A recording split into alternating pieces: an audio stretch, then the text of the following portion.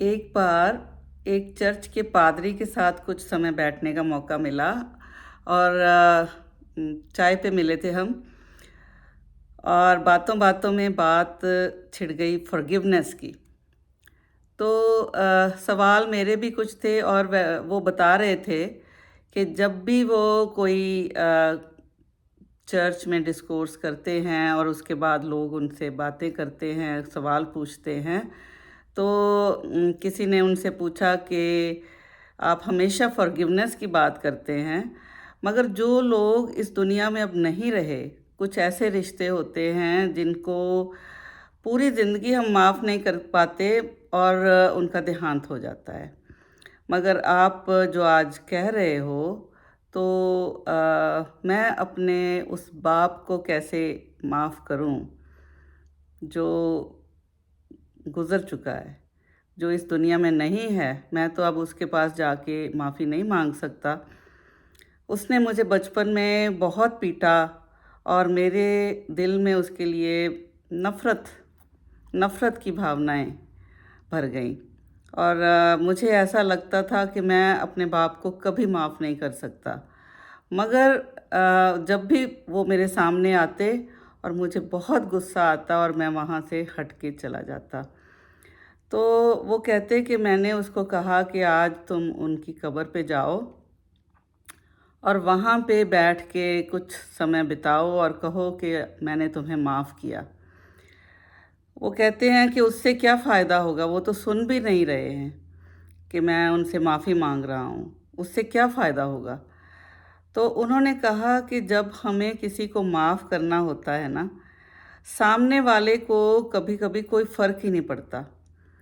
कभी कभी उस इंसान को ऐसा लगता ही नहीं कि मैंने कोई गलती की है, क्योंकि कभी कभी वो हमसे उम्र में बड़े होते हैं, रिश्ते में बड़े होते हैं या ओहदे में बड़े होते हैं। कभी काम की जगह पे भी अपने बहुत सीनियर लोगों ने हमारे साथ ज़्यादतियाँ की होती हैं। उनको नहीं पता होता कि वो ज़्यादती कर रहे हैं। वो उनको ऐसा लगता है कि हम अपना फ़र्ज़ कर रहे हैं, ये जो एक्शन हम ले रहे हैं ये हमारा फ़र्ज़ था। और उनको आप कह भी नहीं सकते कि आपने ये ऐसे क्यों कहा, कॉन्ट्राडिक्ट नहीं कर सकते, आगे नहीं बोल सकते।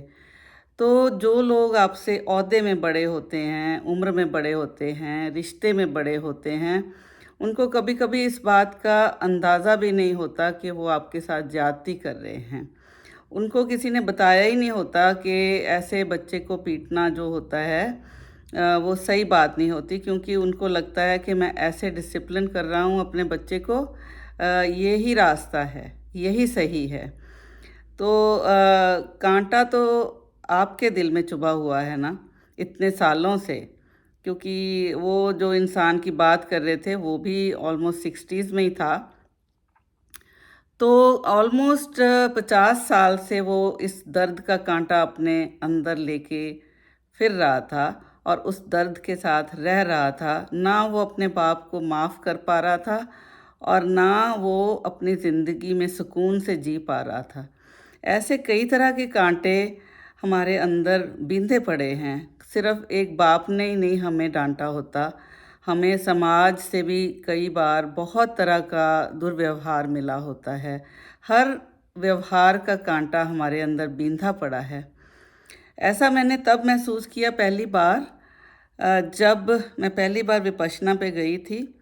और जब वो चौथे दिन कहते हैं कि आज से विपश्यना शुरू करते हैं, सर से पाँव तक, फॉन्टेनल से लेके सर से पाँव तक हम एक एक इंच अपने शरीर के हिस्से को ऑब्ज़र्व करेंगे और उसमें किस तरह की सेंसेशंस हो रही हैं उसको ऑब्ज़र्व करेंगे। तो जब मैंने स्टार्ट किया तो मैं अपने सर से अपनी गर्दन तक आधे दिन तक नहीं पहुंच पाई, क्योंकि मैंने देखा कि मेरा अंग अंग, मेरा रोम रोम बींधा पड़ा है इस तरह के कांटों से। और ऐसे कई लोग हैं जिनको मैं माफ़ नहीं कर पाई थी उस टाइम तक। तो ये बड़ा मुश्किल काम था। आपको कहूँ कि मैं कह रही हूँ और पादरी साहब ने भी कहा कि माफ़ कर देना चाहिए, कब्र पे चले जाओ और बोल दो कि मैंने आपको माफ़ किया। इतना आसान नहीं है कि किसी ने हमें कह दिया अभी माफ़ कर दो, शांत हो जाओगे। अगर इतना आसान होता तो सब गलतियां करते और हम माफ़ करते जाते और हम परफेक्ट चल रही होती हमारी लाइफ।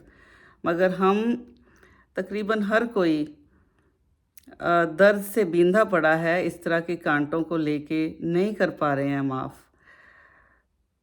तो उस टाइम कोशिश की, क्योंकि वो पादरी साहब ने कहा कि कांटा तो आपके अंदर बींधा पड़ा है, आपके फादर साहब तो जा चुके हैं, उनको तो जीते जी भी यह एहसास नहीं था कि उन्होंने कोई गलती की है। तो अगर आप इस दर्द से बाहर आना चाहते हो तो जेन्युइनली आप उनको माफ़ करें और इस दर्द से मुक्त होएं। एक एक कांटा आप निकालना शुरू करें, क्योंकि एक ही बार तो मार नहीं पड़ी होगी, बहुत सारे एक्सपीरियंस होंगे। कभी माँ से मार पड़ी होगी, कभी बाप से मार पड़ी होगी, कभी किसी